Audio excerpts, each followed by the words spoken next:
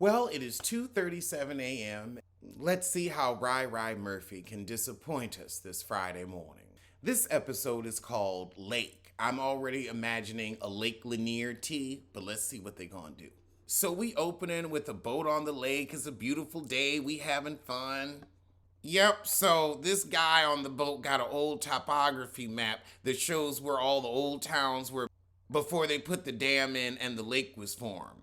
They're over the last resting place of Reedsville. Why you gonna put your boat over the last resting place or something? These fools are gonna dive down to an old haunted town. Oh my God. No. No, okay, now if you want to dive to see a coral reef or, get up in some fish's face, I could kind of understand that. You want to go visit a flooded old town where there could be ghost bodies and, more importantly, all types of things that your scuba gear could get caught on, and keep your happy butt down there so you can drown. Ooh. Already, we super stupid. I kind of want to just fast forward. Let's just go on and get to the accident. Let's go on and see who's gonna grab him. So the guy on the boat is trying to flirt with the girl that he was showing the map to, but his sister said, "Oh no, I'll go on the dive with him." And he like, "Girl, why you blocking?" She's like, she ain't for you. She's a skanky boo. Yep, a hand come out, grab the brother. She called for help, and then they suck him down completely. I knew it. Oh, we got Alicia Silverstone in here. I ain't seen her in a minute. So 4 months after this, we got the somber family coming home. So Alicia Silverstone, the mama. So the sister had to go to a mental health clinic and they finally brought her home. Later that night, the daughter asked the mama, "What you put in the casket since, you clearly didn't have Jake's body?" And she said, "Oh, some mementos." So the mama go to run a bath, and then that same skeleton hand come out the water and grab her. So she pulled back, fall on the floor, and trying to catch herself. See, this is why I shower. Also, I'm too big for a tub. If I get in the tub, all that's covered is my legs. Everything else is just, above water. So if I ever want to take a bath, I got to get a specialized bathtub where I can actually be in the bath. Y'all short people, y'all just get to take baths, and it's so relaxing. I got to get in a hot tub. That's a bath for me. So the next morning, she's looking at her daughter outside by the pool, and she's like, "That heifer might be right." And now she's looking up, is Lake Prescott cursed? So I was right. It's Lake Lanier. So that night, the sister has a nightmare about the brother's passing, and then the mama wake up around the same time. So the mama go downstairs, and the sink is on. She cuts it off, and it come back on. So she cut it off again, and then she hears a loud thud outside from the pool area. And their pool filter is leaking. You know that white thing by the pool, water coming up out of that. Oh, Lord, now she hear an echo of Jake saying, "Find me. I'm sorry, your ass dead. I ain't looking for you no more. You're dead and I'm pissed. And I guess I'll look for you. I want your soul to be trapped forever." So then she turn around and see his ghost saying, "Find me. Find me." I don't know. You gonna be yelling to your mama like that? I might have to leave your ass. I don't know if that's you. So she tell her husband the next day, "I gotta go look into this." The husband's like, "Look, if you gonna do this, you on your own. I gotta go to work. I'm barely hanging on as it is." However, the daughter overhears all this. The daughter say, "Look, I believe you." So they head off to the lake. So the mama got a plan. She's like, "Look, let's get out on the boat. I got a whole rope. We're going to tie it around my waist. So if I don't surface in a minute, you just pull me up." Y'all couldn't have brought a third or a fourth person for this. This is something you call your friends for. So the mama come up and she don't see nothing. The daughter like, "Look, let's just call it a day." She's like, let me give it one more shot. Why don't they have air tanks? Why y'all holding your breath? So the mama done found the spot. It looks like an old well, and you see 3 bodies in front of it. She take a necklace off one of them, but he let go. Oh no, and here's her son, and he dead. He looked like he gonna say something. Well, the last one was stupid, and this one's just depressing. So she telling the police officer once, they come to recover the body, like, "Look, there were other bodies there chained, like they were left to drown." Racism. and she give him the thing that she took off that one dead body that was holding on to until the son appeared.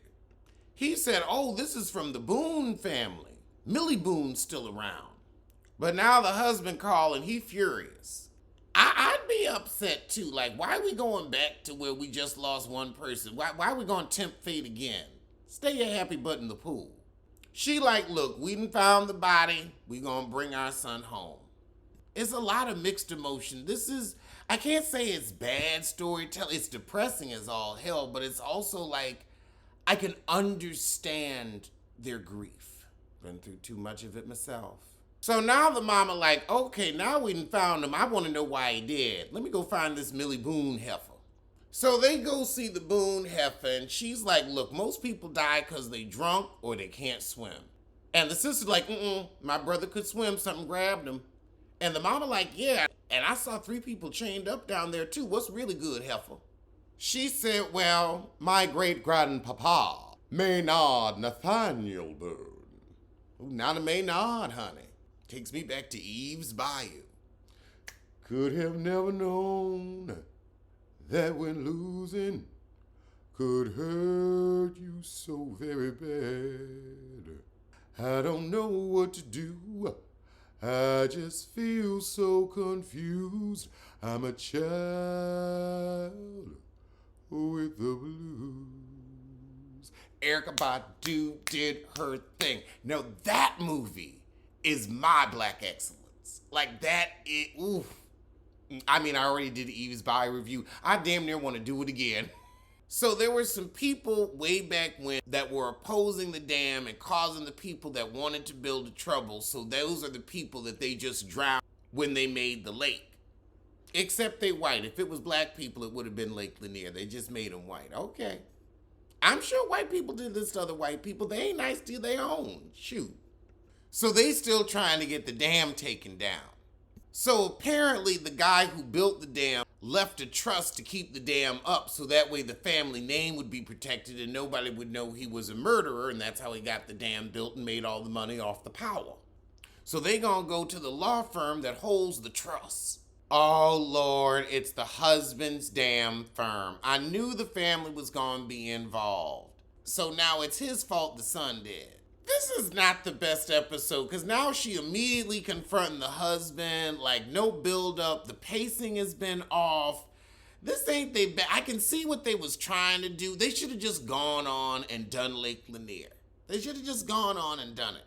But now she confronting him and she's too good of an actress for him, or maybe they just didn't write the right lines, but something off. He's like, okay, he might have been a bad person, but he's been dead for years, so I don't really work for him. But yes, my firm is in charge of keeping the dam up. But you might need a little help, heifer. She said, you've been taking money from a murderer. He said, you too, heifer. You too. You didn't know and you didn't want to know. You never cared where our money comes from. This is not the attitude to take when you just found out that your son died because of somebody else's misdeeds. I'd be upset. Why aren't you shocked? And also, why aren't you shocked that there are ghosts killing people? I would also be like, wait, what? We got to worry about that now? Like, what world is this? You see, I'm sorry, I'm going to need better storytelling. Oh, and now he tells him, well, look, we all Prescotts. That's how we've been affording this lavish lifestyle. So you was willing to sacrifice your firstborn? What the hell? Depressing and disappointing. I want horror. I want to be entertained. The first episode was good. It's like you really good for the first couple pumps and then you just... Now, Leisha says the lake wants revenge and that your son died for what the daddy did. The daddy ain't done nothing. The daddy ain't done nothing. Now, if it's just a bloodline curse, it's a bloodline curse. But you can't fault him for that. The dad's like, look, let's figure all this out at home. Then the daughter's like, ooh, you know what? The crickets have stopped. We should leave. But child, then the lights go out. So they might go after the daughter. You know they're going to get the pappy. They can't go after the mama because she ain't a Prescott. we just gonna fast forward through the rest of it because I already, like, once you done seen one, you done seen them all. I'm getting real fuck free. Yep, and they took the happy and that's it. Whew, I wish I could look forward to next week's episode, but I can't. I just can't. This season has been like dating in San Francisco. Starts off strong, ends with a whimper.